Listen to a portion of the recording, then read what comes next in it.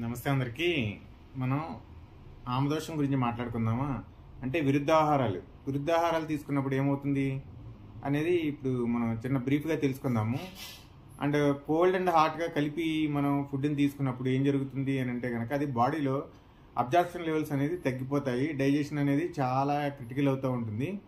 అది ఒక hot and cold అనే కాకుండా మామూలుగా మనం స్పినాచ్ ఇలా మినరల్ బేస్డ్ ఫుడ్స్ కలిపి తీసుకున్నప్పుడు ఏదైనా మినరల్స్ కాల్షియం కావచ్చు, లేదంటే మినరల్స్ కావచ్చు, వాటితో పాటు రెడ్ మీట్ కలిపి తీసుకున్నప్పుడు, లేదంటే కనుక టీ తాగితో పాటు వెంటనే మనం అదే టైంలో బిర్యానీస్ తింటూ ఉంటాము, లేదంటే కనుక బిర్యానీస్ తిన్నప్పుడు కూల్ డ్రింక్స్ తాగుతూ ఉంటాము.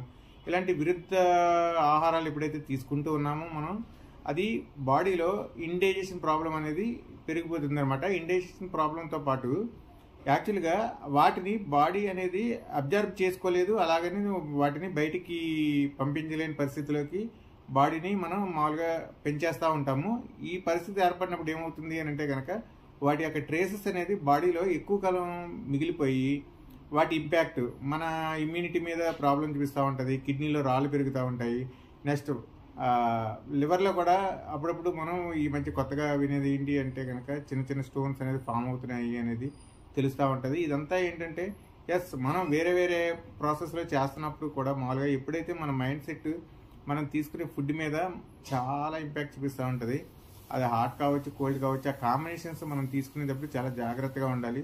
ప్లస్ టీ కాఫీలు తీసుకున్నప్పుడు వాటితో పాటుగా మనం రకరకాల ఫుడ్స్ అనేది తీసుకుంటూ ఉంటాము. అసలు టీ తీసుకోవడం అనేది ఒక రకమైన ఇబ్బంది అని అంటే కనుక వాటితో మనం తీసుకునే ఫుడ్స్ వలన మన బాడీని మనం ఏ రకంగా ఎక్కువగా ఇబ్బంది పెడుతున్నాము అనేది తెలుసుకోవాలి. దాంతో మన డైజెషన్ కావచ్చు, ఇమ్యూనిటీ కావచ్చు, ప్రతి ఎవ్రీవేర్ మనం వాటిని ఇబ్బంది పెడుతూ వస్తున్నాము. దీన్ని గమనించి ఈ విరుద్ధాహారాలు, ఈ ఆమ్ల దోషం అనేది మనం కంప్లీట్గా మామూలుగా అవాయిడ్ చేసుకుంటే ఆరోగ్యంగా ఉండగలుగుతాం. Thank you.